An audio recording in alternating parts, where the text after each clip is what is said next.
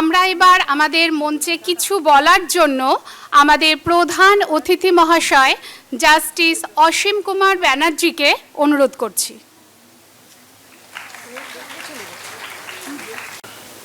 শুভ মধ্যাহ্ন। ঠাকুর মা স্বামীজিকে প্রণাম জানিয়ে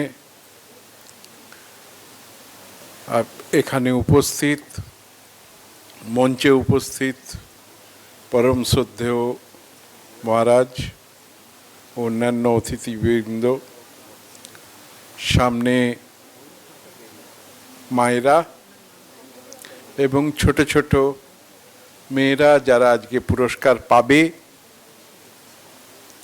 যারা আজকে অনুষ্ঠান করবে, যাদের বন্ধুরা পুরস্কার পাবে, তাদের এই সুখানুভূতির মধ্যে দিয়ে যাতে নিজেকে আনন্দ উপভোগ করার সুযোগ করে দিতে পারে, সেই জন্য সবাই আজ এক হয়েছে।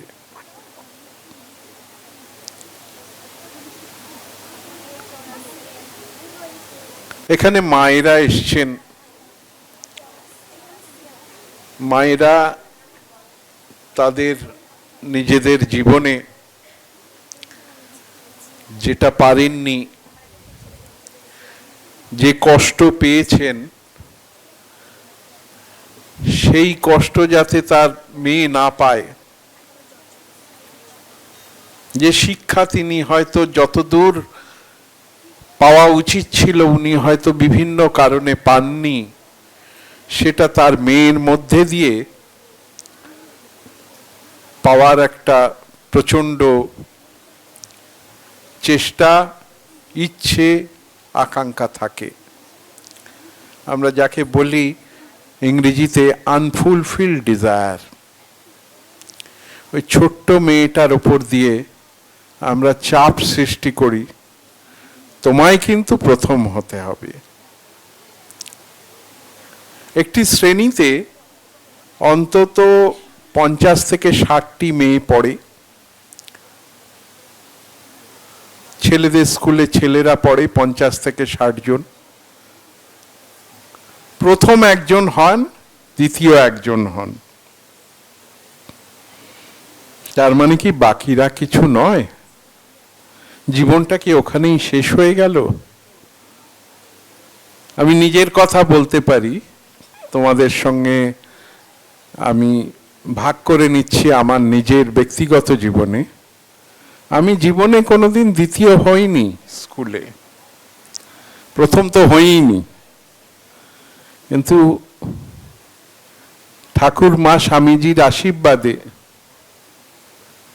যেটুকুন হয়েছি, তার জন্য মহারাজ আজকে তোমাদের কাছে বলার সুযোগ দিয়েছে।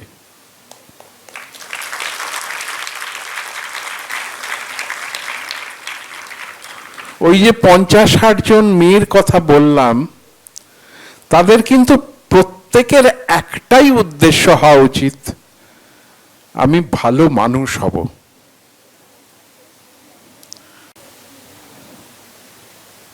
সকল বলে বলিয়ান হয়ে পেরেছিলেন।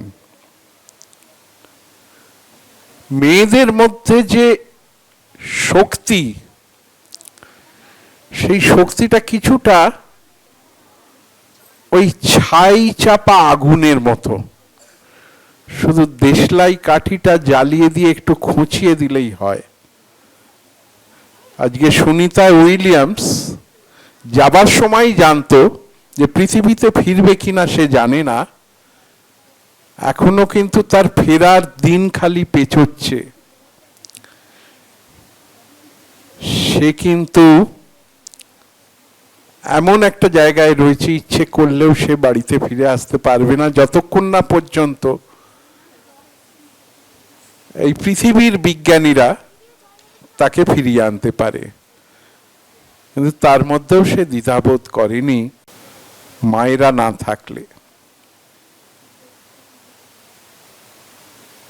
সেই জন্য তোমাদের ক্ষমতা কোনো মতেই কম নয়, তোমরা অনেক বেশি ক্ষমতাশালী, সেইটা সবসময় মনে রাখবে। আর মায়েদের অনুরোধ করলাম, যে মেয়েদের সেই শিক্ষা দিন যে হ্যাঁ পড়াশোনা করো, তুমি পড়াশোনা নিশ্চয়ই করতে হবে, জ্ঞান অর্জন করতে হবে, কিন্তু সেটাই জীবনে বড় নয় যে পড়াশোনা করলাম তারপর চাকরি পেলাম তারপরে বিয়ে থা করলাম। এখন তো সব মানে একজন করে সন্তান, তারপরে বিয়ে করে চলে গেলাম, মায়ের প্রতি কোনো, বাবা মার প্রতি কোনো দায়িত্ব পালন করলাম না, বা পালন করলাম তাকে বৃদ্ধাশ্রমে পাঠিয়ে।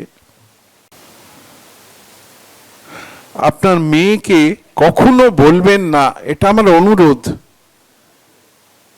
অনেক ক্লাসে তো সব পড়া হয়তো বুঝতে পারা যায় না, অনেকের গৃহশিক্ষক শিক্ষিকা আছে, গৃহশিক্ষক গৃহশিক্ষিকারা তারা তাদের ওটা রুটি রুজি, একটা মানে হাসির কথা বলি, একটা কথা আছে যে একজন গৃহশিক্ষক বলেছিলেন তার ছাত্রছাত্রীকে যে পারলে এক বালতি রক্ত দিয়ে দিও কিন্তু আমার নোটটা কাউকে দিও না। শেখাবেন না, কারণ ওর যে বন্ধু স্কুলে তার বাবা মার আর্থিক ক্ষমতা নেই যে গৃহশিক্ষক বা শিক্ষিকা রাখার। ও যেটা বুঝতে পারেনি, ওর বন্ধুও বুঝতে পারেনি হয়তো স্কুলে, সেটা ওর গৃহশিক্ষিকা ভালো করে ওকে বুঝিয়ে দিয়েছে, সেটা ওর বন্ধুর সঙ্গে যাতে শেয়ার করে নিতে পারে সেই শিক্ষা দেবেন। আবার বলি, আজকের অনুষ্ঠান, হ্যাঁ নিশ্চয়ই আজকের অনুষ্ঠান শ্রেষ্ঠকে বরণ করে নেওয়া, তার মানে এই নয় যে বাকি যারা রয়েছে তারাও শ্রেষ্ঠ তাদের নিজের জায়গায়। কেউ লেখাপড়ায় অনেক ভালো, কেউ খেলাধুলোয় ভালো, কেউ মানুষের সেবা করে, কেউ মানুষকে গান করে আনন্দ দেয়, নৃত্য আনন্দ দেয়, নাটকে আনন্দ দেয়। এক একজন মানুষের এক এক দিকে, ভগবান তার সৃষ্টি না, এ তো ঈশ্বরের সৃষ্টি। ঈশ্বর কখনো খারাপ জিনিস সৃষ্টি করতে পারে? ঈশ্বর কোনোদিন খারাপ কিছু সৃষ্টি করে না। ঈশ্বরের সব সৃষ্টি নান্দনিক। অর্থাৎ প্রতিটি জীব তারা প্রত্যেকেই ঈশ্বরের সন্তান, এবং প্রত্যেকের মধ্যেই ঈশ্বর যেমন আছেন, ঈশ্বরের সদ্গুণও আছে। আপনারা মায়েরা শুধু খুঁজে দেখুন আপনার মেয়ের কোন দিকটা বেশি আলোকিত হয়, সেই দিকটা তাকে উৎসাহ দিন। অনেকটা সময় নিলাম, অনেক আপনারা বাচ্চাদের আরো অনেক প্রোগ্রাম আছে, আসতে পেরে খুব আনন্দ পেলাম। উনি মহারাজ বললেন যে আপনার আজকে দুপুরবেলা, হ্যাঁ আমি দুপুরবেলা আমার কর্মস্থল থেকে ছুটি নিয়ে এসেছি, কারণ আমি অনেক দূরে থাকি, নিউ টাউনে, আসতেও অনেকটা সময় লেগেছে, কিন্তু আসার যে লোভটা ছাড়তে পারিনি এই সবাইকার মাঝখানে। আজকের দিনটা এটা খুব ভালো করে, বিশেষ করে ঠাকুরের মূর্তির সামনে বক্তব্য রাখতে পারলাম, এটা আমার পূর্বজন্মের ভাগ্য। ধন্যবাদ, ভালো থাকবেন।